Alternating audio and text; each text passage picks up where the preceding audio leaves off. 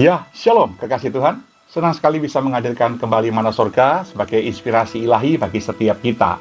Hari-hari ini diizinkan Tuhan mengalami banyak kesulitan, banyak persoalan, banyak pergumulan yang menimpa kita sebagai pelayan Tuhan, bahkan juga sebagai anak-anak Tuhan dimanapun Anda berada.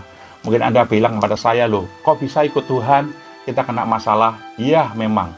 Waktu kita ikut Tuhan Yesus itu tidak pernah berjanji akan menghindarkan kita dari persoalan atau dari masalah. Yang Dia janjikan adalah memberi pertolongan pada setiap kita waktu kita dalam masalah. Itu janji Tuhan.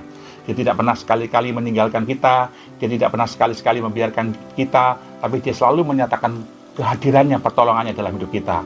Nah, tugas kita adalah bagaimana menyikapi kehadirannya. Itulah indahnya kalau dalam kehidupan kita setiap hari sebagai anak Tuhan, dimanapun Anda berada, untuk selalu sadar bahwa kita ini menjalani hari-hari kita di dunia ini harus melangkah bersama dengan Tuhan. Jadi Bapak Ibu Saudara kekasih harus sadar bahwa setiap hari kita itu melangkah bersama Tuhan. Itu sebabnya kalau kita bisa sadar bahwa kita melangkah bersama dengan Tuhan, maka kita akan tahu bagaimana harusnya kita bersikap waktu menghadapi persoalan. Dan setiap kali kita berjalan bersama dengan Tuhan, itu ada kedekatan. Kedekatan kita dengan Tuhan itu selalu diwarnai dengan yang namanya korban.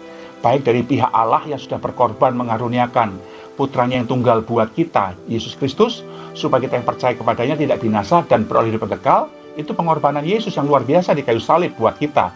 Dia tur dari sorga turun ke bumi, itu tur yang paling tidak enak yang pernah Yesus jalani buat kita, tapi demi cintanya dengan kita. Nah, tapi dari pihak kita gimana? Nah, untuk berjalan bersama dengan Tuhan, itu juga kita harus berkorban. Harus itu.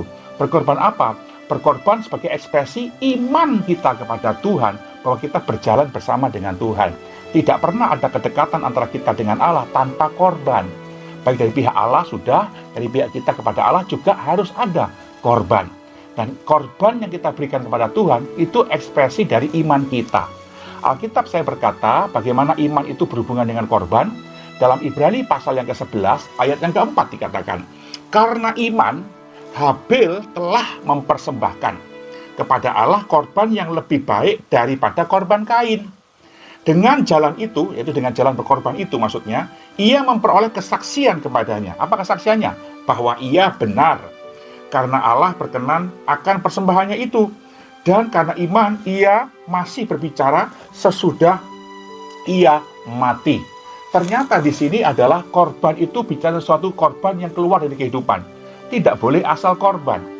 Oleh karena Habel, seorang yang pernah hadir di dunia ini, memberikan teladan kepada kita karena imannya, dia mengiring Tuhan, Allahnya papa mamanya, dengan berani berkorban.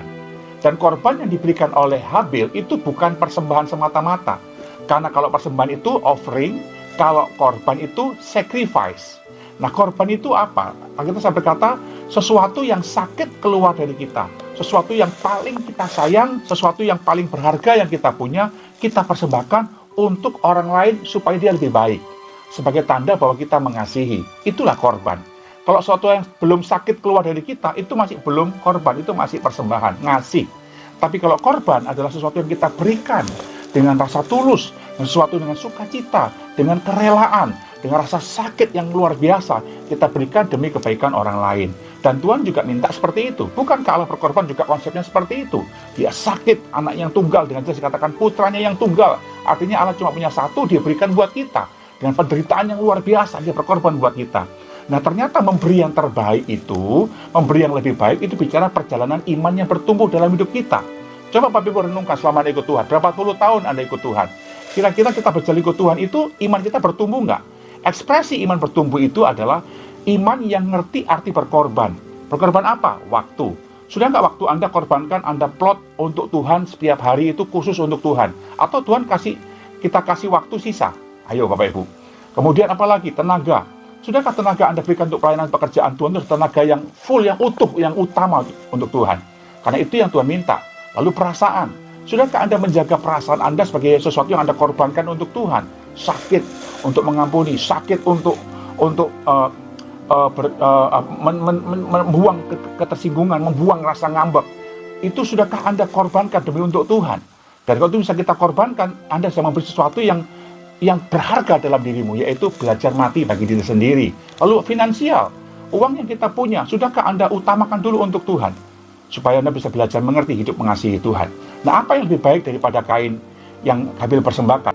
Kalau kita belajar di Kejadian pasal 4 ayat 3, setelah beberapa waktu lamanya, Kain mempersembahkan sebagian dari hasil tanah itu kepada Tuhan sebagai korban persembahan. Habil juga mempersembahkan korban persembahan dari anak sulung kambing dombanya, yakni lemak-lemaknya, maka Tuhan mengindahkan Habil dan korban persembahannya itu. Konsep dua hal yang membuat persembahan Habil lebih baik daripada Kain. Kenapa? Karena satu, Kain ini mempersembahkan korban tidak yang utama. Kata sulung itu artinya the best. Kata sulung itu artinya excellent, yang terbaik, excellent sacrifice yang dipersembahkan oleh Habil. Jadi Habil ngasih bukan yang sisa, tapi ngasih yang utama. Itu kata sulung. Tapi kalau Kain lihat, setelah beberapa waktu lamanya sisa, dia petani, tanaman hasil buah-buahan, sayur-sayuran itu kalau setelah beberapa hari itu kan layu, Bapak Ibu. Bukan sesuatu yang bisa awet seperti kalau binatang atau kambing domba.